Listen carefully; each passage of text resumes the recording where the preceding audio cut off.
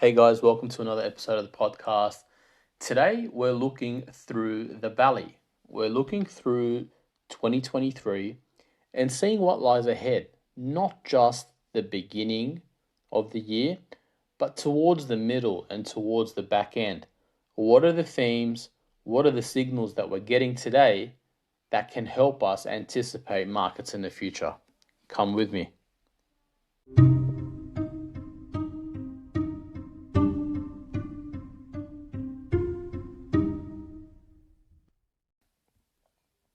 So one of the biggest investment themes this year has been rising interest rates. Where did this all come from? We can probably go back to November 2021. There were signs in late 2021 that perhaps a lot of the inflation that had been floating around, we were coming out of the pandemic, things were opening up, there were variants and there was a lot of uncertainty, but we didn't really know if this inflation was going to stick around or it was kind of one-off. Central banks, governments, economists, forecasters were all coming out and saying, this is transitory. It's going to pass. You expect this having come out of a lockdown. And then we flowed through into 2022 and a war started in Europe. That war started in February, and around March, April, we started to get oil prices exploding. We started to see that this inflation that was supposed to be, going away or temporary was sticking around. It seemed like it was a lot stickier. And so central banks really started to move. They were at zero, and when you're at zero, there's a lot of room to go up. You can't really go down, so you've got to go up. And we've seen interest rates continuing to rise since that May period. We're now towards the end of 2022, and it doesn't look like it's going to abate. The US is leading the charge, and the US central bank has really been one of the most vocal in the need to increase interest rates. Now, in my prior episode, so in the podcast episode before this one, I spoke to BFM Radio in Malaysia. And in that conversation, we spoke about a range of different topics. They asked me last week, and they said, do you think that the US will stop increasing rates? And what I said is the US is in a very different situation to a lot of other central banks. The US Federal Reserve has two things on the table. It needs to combat inflation, which I believe they will. But perhaps most importantly, they need to restore their credibility. A central bank basically lives and dies by its credibility. If investors and the market and sovereign nations believe in that central bank, they'll put their money in that currency. And if they don't, basically what you have is that currency depreciating and falling away. So if you have a look at what's happening in Turkey, for example, this year, there has been a complete loss of faith in the central bank, in its actions, and the Turkish lira has depreciated massively, and Turkey now has 80 or 90% annualized inflation. We've seen it in Argentina, and there are many other countries and instances around the world where once the central bank loses trust, it's very, very hard to restore. So the US central bank is probably restoring face more than restoring trust. We don't believe it's anywhere near the point where they've completely lost trust, but they've lost a lot of face because they moved too aggressive to cut rates, and then they didn't see the inflation problem that they created. They were too late to the game, and now they're playing catch up. So for those two reasons, the US central bank is now determined.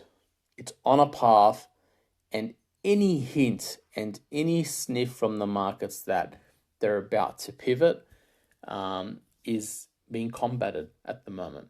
And so that's the picture. That's where we find ourselves. That's where we are today.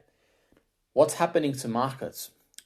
The markets are looking through and saying, okay, well, if the US is going to continue to increase rates, the US dollar is going higher with it. The US dollar is at record high levels compared to global peers.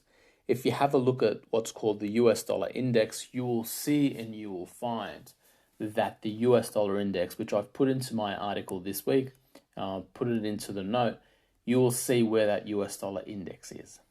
And so as the US dollar goes higher and higher, other currencies are slipping. We've seen it here in Australia. The Aussie dollar is trading barely above 65 US cents, probably trending closer to 60 cents. We've seen it in Canada. We've seen the pound collapse, and the UK government and the Bank of England had to step in and assure investors, and almost there was a disaster there. We've seen the euro fall below parity, and in the note again, this week I talk about Japan, and we've seen the US dollar rise to record high levels against the Japanese yen. The problem with this is that it's causing a lot of pressure. It's causing a lot of pain. For a lot of these economies, it's causing imported inflation. If goods priced in US dollars are becoming more expensive, that creates local inflation.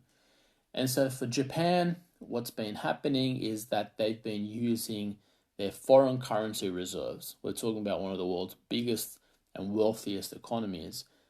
They've got in excess of $1 trillion of foreign currency reserves, and they're putting it to use. And each month it's costing them about $40 to $50 billion just for the intervention to stop their currency from depreciating.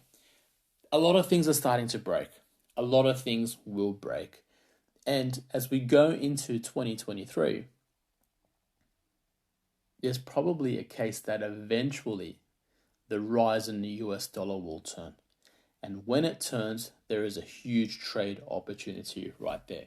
So in the note this week, we talk about looking through the valley, looking through the current strength of the US dollar, and really forming a view that markets never move in a straight line.